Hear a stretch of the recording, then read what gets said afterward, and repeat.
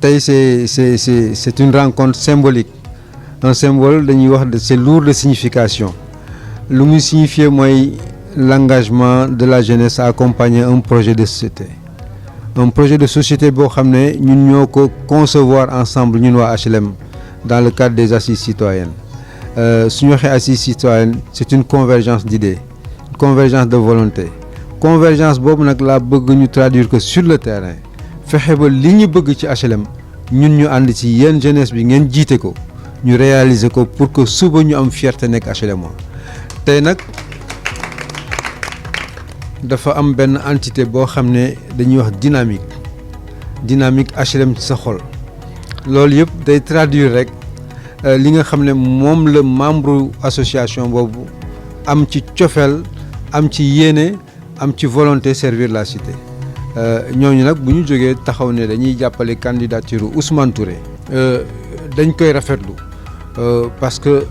conjonction d'idées la conjonction de dynamisme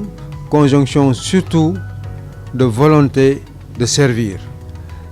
quelque chose qui nous est cher mooy sunu commune HLM la ñu am HLM la ñuy jiital au-delà de toute contingence politique et politicienne li ñu soxal mooy fexe ba force vive HLM booloo autour de l'essentiel ñu liggéey suba changer xar kanamu HLM jeunes yi bu ñu bàyyee seen lépp ñëw ne dañuy jàppale Ousmane Touré loolu honneur la tam mais tam message bu fort la mooy attente yi bëri na te yaakaar bi tam bëri na yàlla na bu yàlla tas seen yaakaar ci man engagement bu mën a jël di ko réitérer chaque fois fu ma dem mooy damay jaayante ak yéen damay jaayante pour liggéeyal sama gox te bu soobee yàlla di ngeen gis sur le terrain loo xam ne ëpp na li ñu doon def 10 ans auparavant loolu leen rek moo ñu koy may mooy ñu gagné jot mairie bi bu ñu jotee ci mairie bi fi la liggéey bi di commencer réellement demuñu fa nag pour toog pour nguuru déedéet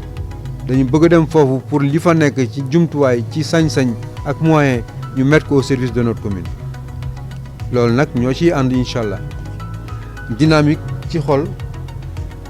ak yeneen entité dinañ ànd ak déclic pour que ñu aller à la conquête de la commune mais dama bëggoon tey au nom de tous les membres de Déclic au nom de tous les HLMois mën naa wax magnifier geste bi nga xam ne dynamique ci xol def nañ ko c'est un geste de courage de conviction parce que nit ki ñu bëri ñi ngi hésité fu mu toll parce que tout le monde est sollicité mais ñoom nag ils ont tranché le débat nee nañu dañuy ànd ak Ousmane Touré jàppale ko liggéey ak moom ba ñu egg ci mairie bi bu ñu eggee ci mairie bi ñu partager les responsabilités ñu liggéeyal HLM loolu papa maa ngi lay ciy remercier di remercier Baye Assane di remercier équipe bi nga xam ne ñoo constitué dynamique HLM sa xol vraiment di remercier encore une fois HLM dynamique sa xol di inviter nag yeneen entités yi pour ñu ñëw fekk ci ko ci le mouvement de la société civile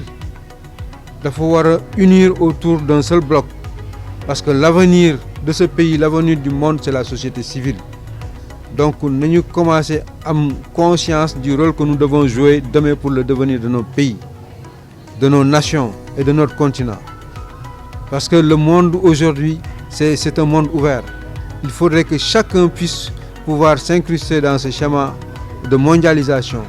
qui nous permettra demain d'ouvrir d'autres perspectives pour notre commune